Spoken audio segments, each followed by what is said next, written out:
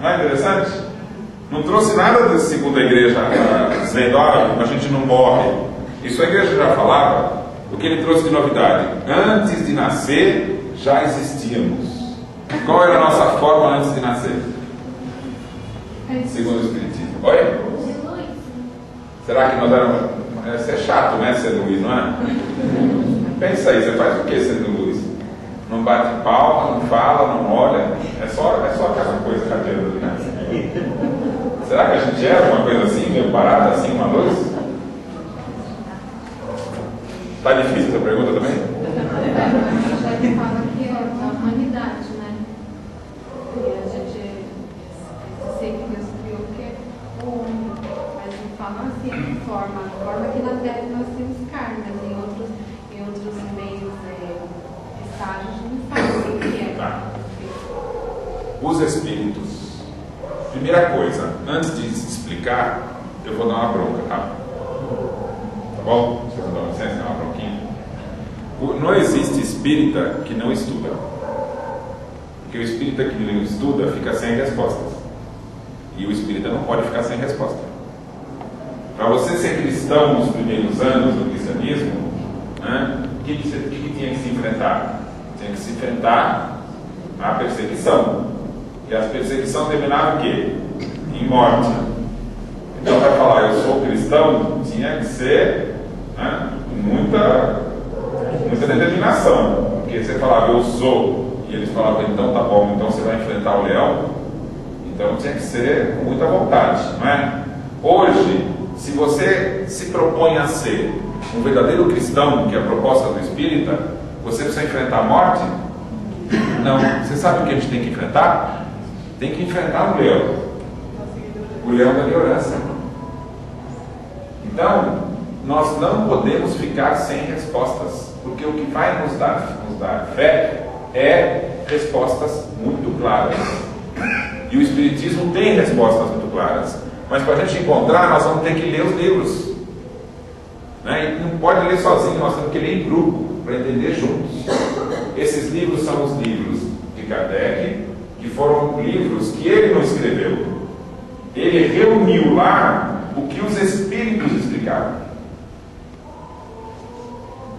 E os livros que hoje são muito importantes para complementar, para aprofundar aquilo que os Espíritos disseram na época de Kardec, que são os livros de André Luiz, de Emmanuel, escritos por Chico Xavier, que não é uma figura para ser cultuada.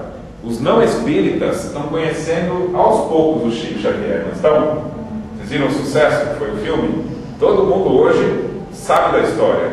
Não sei se vocês perceberam a surpresa com a qual os não espíritas ficaram diante do Chico, né? Conheceram uma pessoa que não era um ídolo, não era uma pessoa que arrastava multidões. Eles viram o quê? Um rapazinho, né? Que enfrentou com muita dor e dificuldade o cotidiano, trabalhando, né? Para poder trazer a gente o quê? A palavra dos Espíritos. Foi um sacrifício muito grande que o Chico fez? Não foi um sacrifício grande? Enfrentar a ignorância, a perseguição, não foi? Para deixar para a gente o quê? Os ensinamentos que estão nos livros, né? E nós estamos lendo os livros dele? Então a bronca é essa, já dei, tá? Nós temos que, em grupo, estudar, ler. Ah, mas é difícil. Gente, pensa assim: você preferia enfrentar o leão da ignorância ou o leão com os dentes de fora mesmo? É melhor o leão da ignorância, né? E isso só vai nos fortalecer. Após a morte, qual forma nós vamos ter? A forma humana. O mundo dos espíritos é um mundo material, com leis da física um pouco diferentes da nossa, deste mundo que nós estamos aqui. A grande diferença que nós vamos encontrar no mundo espiritual é que o corpo não morre no mundo dos espíritos. O corpo, ele permanece para sempre naquele mundo. Nesse instante aqui, nós temos um corpo espiritual? Ou só estamos com um corpo físico? Nós não temos dois corpos? O corpo espiritual e o corpo físico. Quando a gente dorme, a gente não pode sair do corpo? E a gente sai com outro corpo, não é isso? Então, enquanto em vida, nós não estamos com o corpo do mundo espiritual. E quando a gente morre, a gente continua com o corpo espiritual? Em nenhum momento a gente fica sem o corpo espiritual. Então pensa assim, se agora você está com o seu corpo espiritual, e quando você dorme, você está com o corpo espiritual, e quando você morre, você continua com ele. Qual que é o corpo principal? Aquele ou este? É aquele. E antes de nascer, você existia? Sob qual forma? O corpo espiritual. Então, se o corpo espiritual, você estava de posse dele antes de nascer, enquanto você está ligado a esse corpo físico, você também está com o seu corpo espiritual. E quando morre e continua com ele, você percebeu que nunca o seu corpo espiritual se desfaz? Nunca. Antes de nascer, em vida e depois da morte. É a continuidade. Né? Se no passado você teve já na Terra, em outra vida, o que foi que aconteceu? É muito simples. Você tinha se ligado a um corpo há tempos atrás. Esse corpo era um corpo de carne.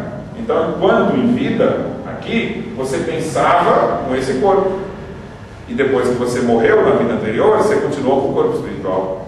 Enquanto em vida, na vida anterior, você não estava com esse corpo espiritual. Você pode não lembrar quem você era. Por quê? Porque nesse instante, a sua memória está condicionada ao cérebro. E o cérebro só guarda coisas do que aconteceu depois que você nasceu. Não é assim? Não tem como você no cérebro guardar lembranças do que aconteceu antes.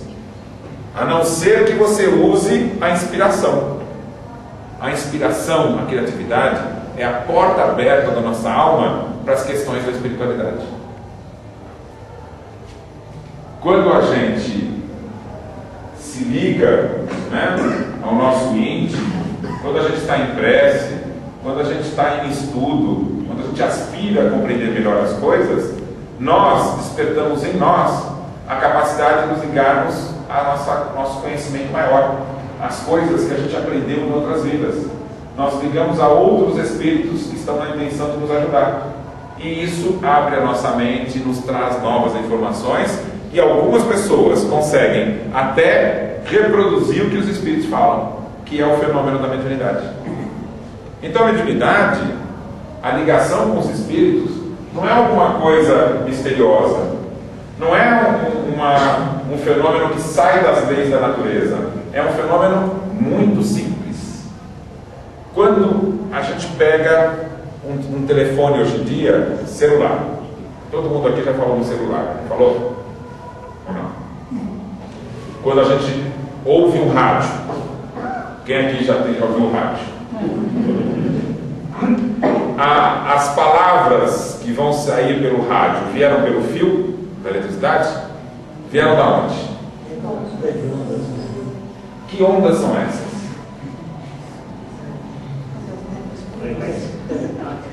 A luz não é onda? Mas que vibre mais do que essa luz que a gente vê, também são ondas, mas a gente não vê. Essas ondas é que transmitem as informações do rádio, da televisão, do celular. Se várias pessoas estiverem falando no celular aqui, uma ouve a outra, ou só de dois em dois? E como é que será que é possível, então, todas as conversas estão aqui no ar? Será que não? Se você liga um celular aqui e recebe um telefonema de alguém que está fora daqui, a transmissão não tem que vir pelo ar? E se você estivesse no vizinho, não chegava lá? Se estivesse na casa de lá, não chegava? Então quer dizer que está indo para todos os lugares. A transmissão do telefone que chegou até você está no ar. Agora, os outros telefonemas ao mesmo tempo não são todos no ar? Todos os canais de televisão estão no ar? Todas as rádios, tudo está no ar. Então as ondas eletromagnéticas, elas ficam no ar